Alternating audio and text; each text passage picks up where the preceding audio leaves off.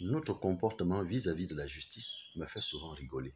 Quand la justice est muette, on se plaint. Et quand elle sévit, on se plaint toujours.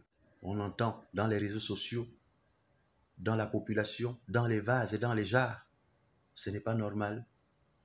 Les criminels se baladent en toute liberté. La justice ne fait rien.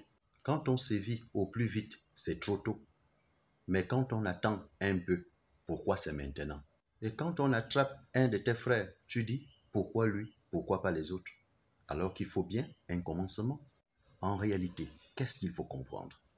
La justice gabonaise n'est pas inféodée à la pression populaire, à la pression des activistes de la diaspora ou sur YouTube ou sur TikTok.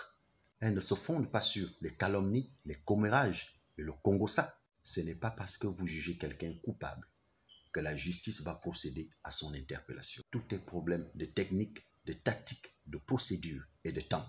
Des variables qui ne dépendent nullement de vos caprices individuels. L'interpellation, le jugement, l'emprisonnement d'un individu ne surviennent que lorsque la justice aurait réuni les conditions de sa culpabilité. Alors, peu importe le rang social que vous occupez, vos actions vous rendent préjudiciables. Comme pour dire que le jugement populaire prend l'ascenseur, mais celui de la justice prend les escaliers. Alors le temps mis dans l'élaboration d'une enquête ne dépend nullement de ce que vous étiez, de ce que vous êtes ou de ce que vous serez.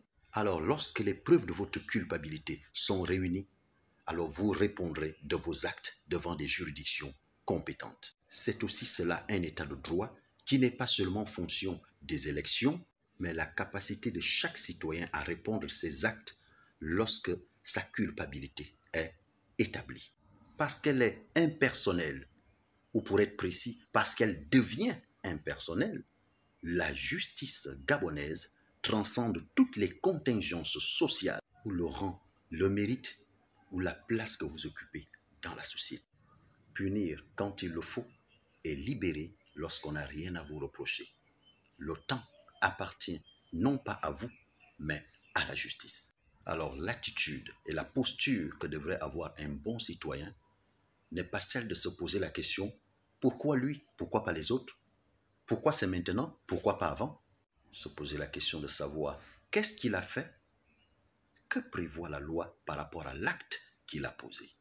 Cela vous évitera de faire du bruit dans les réseaux sociaux et être occupé à faire des choses utiles.